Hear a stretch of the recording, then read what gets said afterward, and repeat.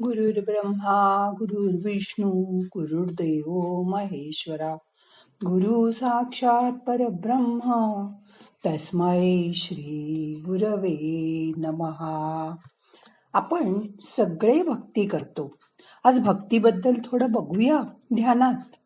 मग करूया ध्यान. ताठ बसा, पाठ मान खांदे सैल करा, हाताची ध्यान मुद्रा करा, हात मांडीवर ठेवा, डोळे अलगद मिटा, मोठा श्वास घ्या, सावकाश सोडा, मन शांत करा. भक्तीमध्ये 2 प्रकार असतात बघा, कोरडवाहू आणि बागायती. हे शब्द शेती संबंधी आहे. कोरडवाहूसाठी दुसरा शब्दप्रयोग आहे जिरायती शेती. जिरायती म्हणजे पावसाचं पडलेलं पाणी जिथे जिरतं त्या ओलाव्यावर येणारं पीक. माणूस वाहतं पाणी अडवायला आणि हवं तसं वळवायला शिकला. त्यातून बागायती सुरू झाली. प्रवाह अडवायला व जास्त फायद्यासाठी, सोयीसाठी, वाढत्या उत्पन्नासाठी त्याला हवा तसा वळवायला हे बागायती तत्व. मग त्यातून कॅश क्रॉप संकल्पना आली. नगदी पिकं घ्यायची, जागेवर पैसे कमवायचे. माणसाचं हे प्रायोगिक तत्व अध्यात्मात पण घुसलंय बघा. बागायती भक्तीने जोम धरला. समाज जनमानसात स्वामी समर्थांच्या भक्तीचा अंतर्गत प्रवाह आहे तो हेरायचा, अडवायचा आणि आपल्याकडे वळवायचा. भक्तीचे मोठे मोठे मळे, नवीन वाणाचे प्लॉट टाकायचे आणि त्यात लोकांना शेतीला जसं जागेवर पाणी आणून देतो तसं जागेवर भक्ती दिल्यासारखं दाखवायचं. आणि भक्तीचं पीक टरटरून वर आलं की ते कॅश करायचं. कॅश क्रॉप सारखं दाणेही विकायचे आणि कडबाही. बक्कळ पैसा कमवायचा, काहीच सोडायचं नाही. समोरची जागतिक भक्त मंडळी कह्यात आली की मग काय विचारता. त्यांच्यात अंतरपीक घ्यायला स्टेजवर बसलेला बागायतदार मोकळा. एका पाठोपाठ इतकी पिकं घ्यायची, खतांचा फवाऱ्यांचा इतका मारा करायचा की भक्तीची भूमी नापीक करून सोडायची. इतकं नागवायचं की परत जमलेल्या माणसाला भक्ती करायची वासनाच राहणार नाही. पूर्वापार पारंपरिक भक्तीत असं नव्हतं. ती कोरडवाहू शेतीसारखी असायची. जमिनीतला ओलावा पाहून शेतकरी बीज फुंकून घरी निघून जायचा. रामभरोसे वृत्तीने गावात घरी पोराबाळांची जबाबदारी घेत सकाळ संध्याकाळ मंदिर दर्शन, कधी भजनात तर कधी क्वचित तमाशात रंगून जायचा. निसर्ग त्यांच्या टाइमटेबल नुसार पाऊस पाडायचा. पिकं जोमानी वर यायची. पाखरं उंडाळायला लागली की मग शेतकरी यायचा आणि पाखरं गोफणीने हकलून खळं करून पोती भरून पीक घेऊन जायचा. कोरडवाहू भक्ती देखील तंतोतंत अशीच असते. गाव परिसर यात कोणीतरी साधू येतो. माणसातील भक्तीचा ओलावा पाहून सुयोग्य अंतःकरणात नावाचं बीज फुंकून गाव सोडून पुढे निघून जातो. परतीच्या भ्रमणात परत गावात थांबतो. कुठं कुठं बीज शिंपलवतं, त्याची प्रगती मौनात बसून पाहतो. पुढची साधना पेरून पुन्हा पुढील वस्तीकडे निघून जातो. पेरलेल्या बीजांनी वर्षभरात कधीतरी केली कुळदैवताची यात्रा, कधी जेजुरीची, कधी पंढरीची यात्रा की झालं. त्यांच्या रोजच्या कर्तृत्वाला ते मोकळे. आता तर लोकांना आपलं कुलदैवत कोणतं हे सुद्धा माहीत नसतं. भारतातील सर्व मंदिरं माहीत आहेत. परंपरा सुद्धा हरवत चालल्या आहेत. प्रत्येक ग्रंथात हेच आहे. नवनाथात हेच आहे. गुरुचरित्रात हेच आहे. श्रीपाद श्री वल्लभ चरित्रात हेच आहे. द्वारकेचा राणा स्वतःहून पांडवा घरी येतो. पांडव राज्यकारभार सोडून कधी द्वारकेला गेले नाहीत. अवतार समाप्तीनंतर आठवडाभरात द्वारका भूकंप व सुनामीत पाण्याखाली जाणार होती. पांडव आले का त्यावेळी? उलट श्रीकृष्णच परमात्म्याने द्वारकेतील जनता व यादवांच्या मागे राहिलेल्या राजस्त्रिया, मुले हस्तिनापुरात पाठवायची तजवीज केली. गिरणारी समर्थ आहेत गिरनार सांभाळायला.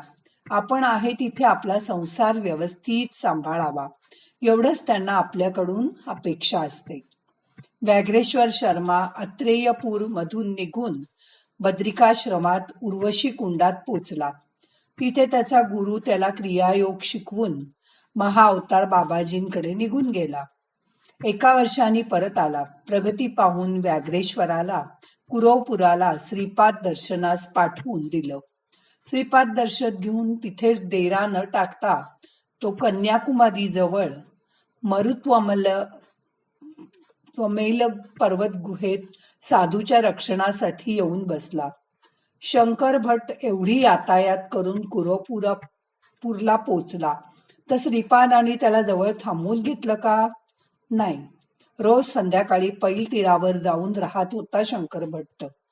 त्यानंतर पिठापूरला पाठवलं. श्री गुरूंनी देखील सिद्ध वगळता सर्व शिष्यांना भारतात सर्वत्र पाठवलं. सायमदेवास आशीर्वाद दिला, पण सेवेत घ्यावे म्हटल्यावर आता नाही. 15 वर्षांनी गाणगापूरला ये असं सांगितलं. सख्खी धाकटी बहीण रत्नाई, तिलाही उतारवयात गाणगापूरला ये सांगितलं. मात्या पित्यांना तर दोन्ही अवतारात काशीला राहून देह त्याग करायला सांगितला. श्रीपादांनी बरोबर घेतलेल्या श्री रामचंद्र योगेश्वरांना वाडीतच थांबवलं. तर श्री गुरु नरसिंह सरस्वती स्वामी महाराजांनी सिद्धास गाणगापुराला थांबवलं. ब्रह्मगिरीवर निवृत्तीनाथांना दीक्षा देऊन गहनीनाथ वायुवेगाने आकाश मार्गाने निघून गेले. श्रीकृष्णाने अवतार समाप्ती केली. उद्धवास पादुका प्रसाद देऊन कायम स्वरूपी हिमालयात पाठवून दिलं. श्रीपादांनी रविदासास पुढच्या जन्मी गाणगापूरला येऊन भेट असं सांगितलं. त्रिविक्रम यती भारतीस कुमसित विश्वरूप दर्शन देऊन तिथेच थांबवलं. सोबत गाणगापूरला नाही आणलं. गुरु श्री गोपालराव केशवराव देशमुख सुभेदार, बाबासाहेब महाराज, व्यंकुशहा यांनी शिष्य साईनाथांना सांगितलं की परत इकडे माझ्या मागे येऊ नकोस. गुरु श्री महेश्वरनाथ बाबाजींनी शिष्य श्री एम यांना सांगितलं की माझ्या देहाला माती दिली की वर खूण म्हणून बारीकसा दगडही ठेवायचा नाही, तडक घराकडे निघून जायचं. ज्ञानेश्वर माऊली पण भगवंताच्या इच्छेप्रमाणे एकच स्थान धरून बसले होते व क्षणोक्षणी विठ्ठलाची वाट पाहत होते. अवस्था लावून गेला, अजून का न ये असं स्वतःला विचारत होते. पूर्वी वर्षभरात एकदा गावातील मंदिरात महाराज यायचे. हरिनाम, संकीर्तन, प्रवचन, भागवत वगैरे व्हायचं. ते झालं की जो तो ज्याच्या जबाबदारीसाठी मोकळा. आता कथा ऐकायला नैमिषारण्यात, ऋषिकेशला, हरिद्वारला जातात. काही वर्षापूर्वी आमच्या ओळखीचं एक जोडपं कथा ऐकायला, भागवत ऐकायला वृंदावनला गेलं. तिथे यजमानांना हार्ट अटॅक आला. त्यांच्या पत्नीला त्यांचं शव घेऊनच परत यायला लागलं. गावाकडे विनाथांबा बसनी परत यावं लागलं. प्रवचनकारांना काय फरक पडला? तिथे कोण त्यांना डॉक्टर देणार, उपाय करणार? त्यांचं काजू बदाम चघळणं काही थांबलं नाही. कोरडवाहू भक्तीत एकतर गुरु मच्छिंद्रनाथ हा गोरक्षनाथाला शोधत येतो, उकिरड्यातून बाहेर काढतो व समर्थ शिष्य चलो मच्छिंदर गोरखाया म्हणत गुरुला मायेतून सोडवतो. आपण तर तेवढे समर्थ नाही. उगाच कामधंदा बुडवून बागायतदारांच्या मागे जाऊ नका. मायेत अडकलेला ज्याला आपण गुरु समजतो त्याला तो आहे तिथेच बागायती शेती करत बसू द्या. तुम्ही तिथून बाहेर पडा.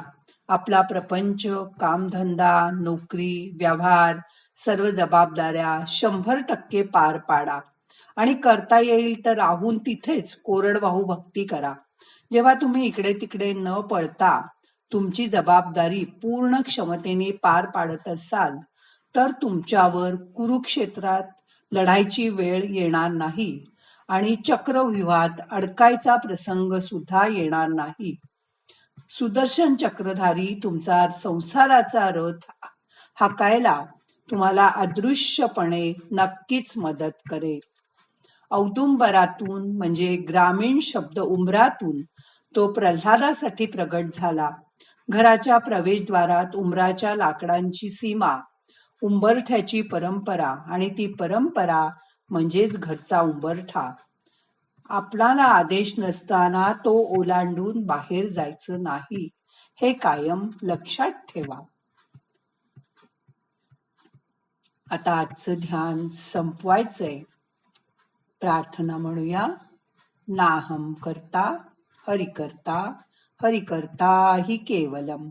ओम शांती शांती शांती.